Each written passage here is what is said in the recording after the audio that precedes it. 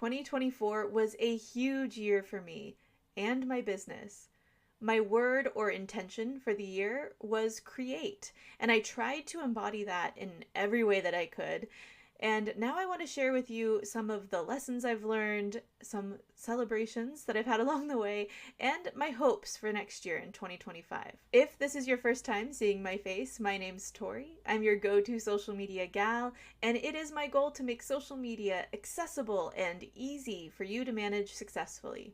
Today's video is going to be a little bit different because I am sharing the good, the bad, and the very, very ugly, along with some of the lessons I've learned from mistakes I've made along the way.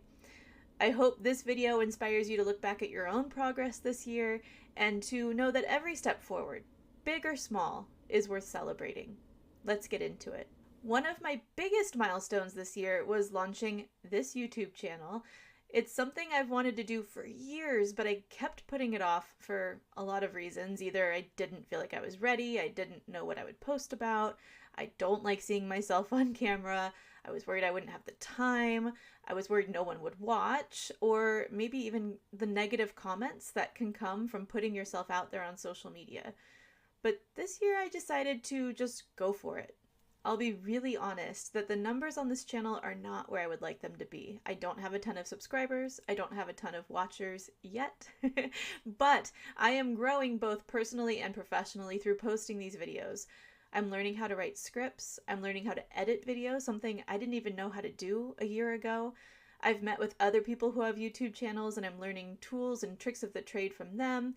And at the end of the day, I'm working closer to that goal of helping small businesses succeed on social media, and that's a win already. The second thing I launched this year was my e-newsletter. Again, this was something I've wanted to do for years, and I've always put off for one reason or another, mostly not having enough time or worrying about writing newsletters to myself and my mom. But I did it this year, and I went for it. It really started as a way to get people to my YouTube channel. So the first several newsletters were really just highlighting the information you could get from the video and linking people to YouTube. Then I realized that that wasn't a really nice thing to email people, and what value were they really getting. So over the past several months, I switched it up. And now I try to provide really helpful, actionable information in the email itself related to the YouTube video. So if you want to get more information, you can watch the video, but keeping it easy to digest in a newsletter format for people who subscribe. Just like this YouTube channel, my e-newsletter list is small and growing, but it's mighty, and I have big dreams for it in 2025. My goal is to really make it a resource for people who want to make social media easy to manage and to continue to provide really helpful content in a different format for people who maybe don't want to watch full-form, long-form YouTube videos. I had an unexpected win this year, and that came from Pinterest. I started posting to Pinterest every day for 6 months as a bit of an experiment for a YouTube video, just to see how it would do and share that with anyone who was curious what Pinterest could do for them. And I actually have to say it's been a really interesting journey, but I did want to include it here as a highlight because I did not see that performing as well as it did.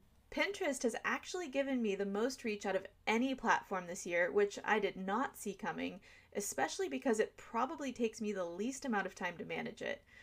If you're curious about what I learned about Pinterest and what I do that succeeds or what doesn't work, I did create an entire video just on that experiment. I'm linking it above so you can click over and check it out. But I do plan to continue posting to Pinterest every day in 2025, and I look forward to it.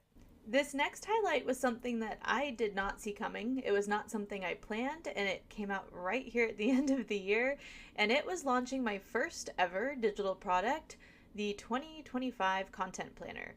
And this really was a labor of love because I created it for myself first. 10 years ago, I was managing social media for a couple of clients, and I was having a hard time staying organized and on top of all the different content that needed to go out. So I started looking for a content planner to help me, and whether I found free ones or paid ones, none of them worked for me. They were all super clunky or made my job a lot harder and didn't make it easier for me to manage all these accounts. So I created my own, which was also tough, and the first few years it really wasn't pretty. But every year I made it better and stronger, and recently I've been getting some comments and questions asking about what content planner I use, and I realized I really shouldn't gatekeep it anymore. I need to share it. It was nerve-wracking to share, but I did it. Even if you don't download or use my content planner, having a system in place is so important. If you are watching my YouTube channel, I'm going to assume that managing social media is important to you, so I really want to drive this point home. Having a content planner or a system in place is the best way to stay on track and never have to wonder what you're posting today or next, just to always have a plan in place. And the lesson I learned from launching this content planner was I really didn't want to share it. I was nervous what people's input might be, that people might think it wasn't really helpful and might not like it. But at the end of the day, I decided if it helps even just one person in 2025 to manage their social media successfully, it was worth it. And that's a win for me this year. The last highlight I want to share from this year was revisiting my first book. Over a decade ago, way back in 2013, I co-authored a book titled Land Your Dream Career: The Complete Guide to Success.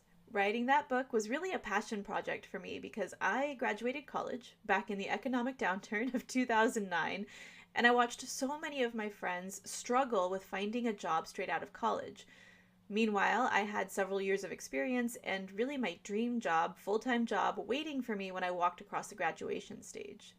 Some of it was luck, but a lot of it was strategy, because from day one, I prioritized getting experience and networking over getting good grades in my classes. That mindset became the foundation for this book, Land Your Dream Career in College. And this year, my co-author and I had the opportunity to revisit the book and update it. And I have to say, it was a little bit like stepping into a time capsule. A lot changes in 10 years, more than you'd probably think, not only in the world, but just in our personal lives. And reading back your own advice from 10 years ago, like, did you follow it? Did it work? was a really interesting practice. We also laughed a lot about some of our outdated advice, like being a web wizard and being on Twitter. I think we mentioned in every single chapter. As funny as those moments were, the truth is that the landscape of higher education and the job market have changed drastically over the last decade, partly to do with AI and the switch to remote work and the other lasting effects of the pandemic. We have completely transformed how and where we work. So my co-author, Betsy, and I spent a lot of time diligently updating this book, weaving in new stories, updated examples, and more to really help this next generation of students. This second edition will publish in July 2025, and we could not be more excited to share it. As 2024 comes to a close, I think there's one main lesson that I've learned that I want to share, and that's that it's okay if you don't start strong. You just have to start.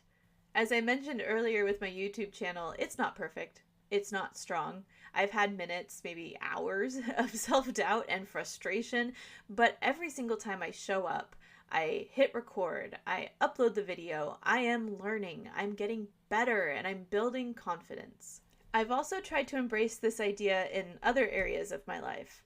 For example, I started taking watercolor classes because I wanted to create in a different way that wasn't on my devices. I joined a Pilates club to try and get myself stronger. And sometimes all of this meant less time for my favorite hobbies, one of which is reading.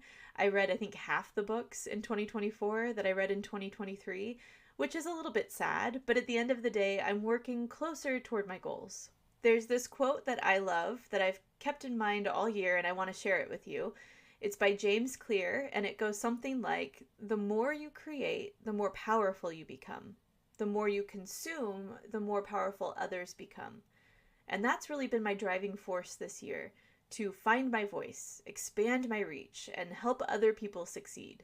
So if you're feeling stuck right now, or not sure if you should start that Instagram account, or start creating video, or write that book, or whatever it is you've been thinking about doing, I really want to encourage you to just start. You don't have to be strong. You don't have to be perfect. You have to give yourself permission to be new at it. And the more you do it, the more you show up, the easier it will be and the better it will get. And you will too. As I step into 2025, I am really looking forward to continuing to build on the things that I started and created in 2024. And I'm looking forward to making my content even better, growing my reach, and really making social media easy for everyone.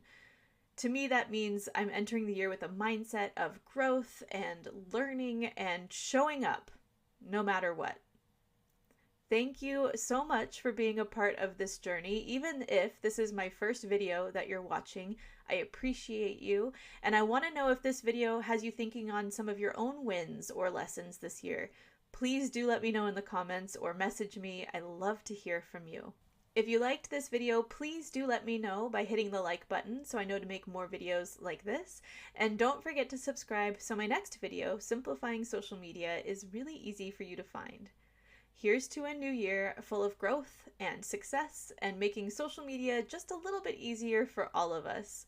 Happy New Year, and until next time, stay social.